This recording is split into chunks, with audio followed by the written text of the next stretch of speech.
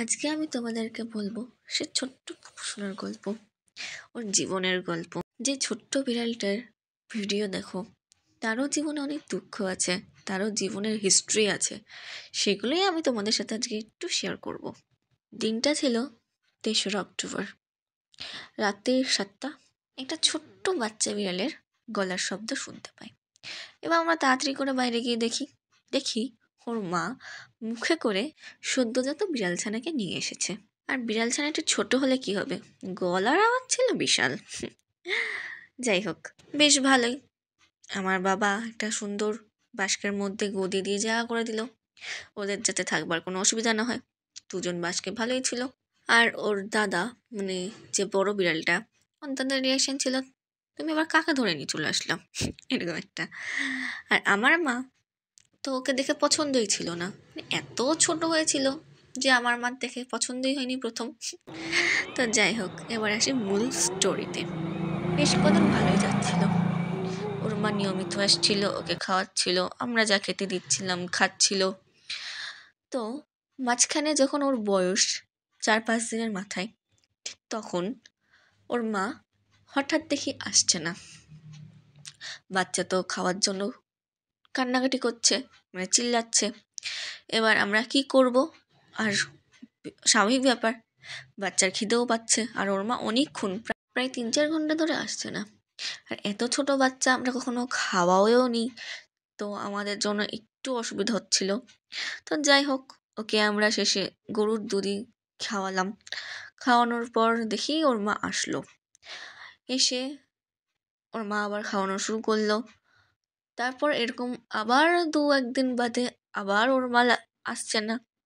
আবার এরকম 2-3 ঘন্টার জন্য উনি কোথায় গায়েব হয়ে গেলেন। আবার সে তখন সেদিনকে না আমাদের বাড়িতে দুধ ছিলও না, সে আবার পাশের বাড়ির থেকে দুধ নিয়ে এসে ওকে খাওয়াতে হলো। তো সেদিনকেও অনেকক্ষণ পরে ও এসছিল।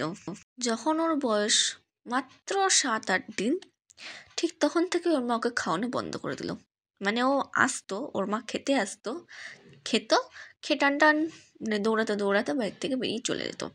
বাচ্চার দিকে তাকাতেও না, আর বাচ্চাকে খাওয়ানো তো অনেক দূরের কথা। যাই হোক, ওর মাকে ধরে ধরে আদর করে অনেক বুঝিয়ে সুঝিয়ে কিছুক্ষণ রাখলেও বেশিক্ষণ থাকতো না বাচ্চার কাছে, ও পালিয়ে চলে যেত। আর ওইটুকু বাচ্চাকে আমরা কিভাবে মাকে ছাড়া রাখবো সেটাও আমরা বুঝতে পারছিলাম না। তো যাই হোক, এরকম করতে করতে ওর মা ওকে খাওয়ানোই বন্ধ করে দিল। তারপর আমরাই ওকে খাওয়াতাম। আর যে বড় বিড়ালটাকে, ওর দাদা, সে ওর মায়ের কাজ করতো। মানে ওরা কীভাবে টয়লেট পট হয় সেটা তো আমাদের জানাই ছিল না, পরে গিয়ে জানলাম। কিন্তু ওই মায়ের কাজটা ওর দাদা করে দিত। আজকে যে ও বেঁচে আছে সম্পূর্ণ ক্রেডিটটা ওর দাদার, কারণ ওর দাদা যদি ওই পটি টয়লেটটা না করাতো তাহলে হয়তো ও বাঁচতই না। আমরা তো খাওয়াতাম, আমরা তো জানতাম না যে ওই প্রসেসে ওদের টয়লেট পটি করাতে হয়।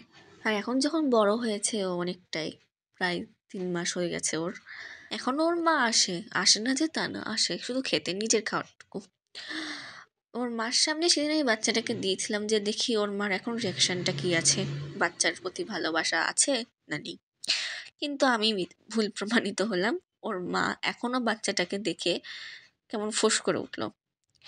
আমি জানি না ওর মা কেন এরকম করছে বা কী কারণ, সেটাও আমার জানা নেই। কিন্তু এর আগেও ওর মা 2টো বাচ্চা জন্ম দিয়েছে, মানে টোটাল ওর মার 5টা বেবি জন্ম দেওয়া হয়ে গেছে। তার মধ্যে এই বড়টা হচ্ছে ওর ফার্স্ট বেবি, আর সেকেন্ড দুটোই কুত্তায় মেরে ফেলেছে। যাই হোক, কিন্তু এই বেবিটার সাথে ও এরকম কেন করছে আমি জানি না, কী কারণে করছে। পুপু তো ওর মাকে চেনেই না, আর চিনবেই বা কী করে, কারণ ওর চোখ ফোটার আগেই ওর মা ওকে ছেড়ে চলে গেছে। মানে ছেড়ে চলে গেছে বলতে ওকে কোনো, ওর প্রতি কোনো কেয়ার নেই, কিছু নেই।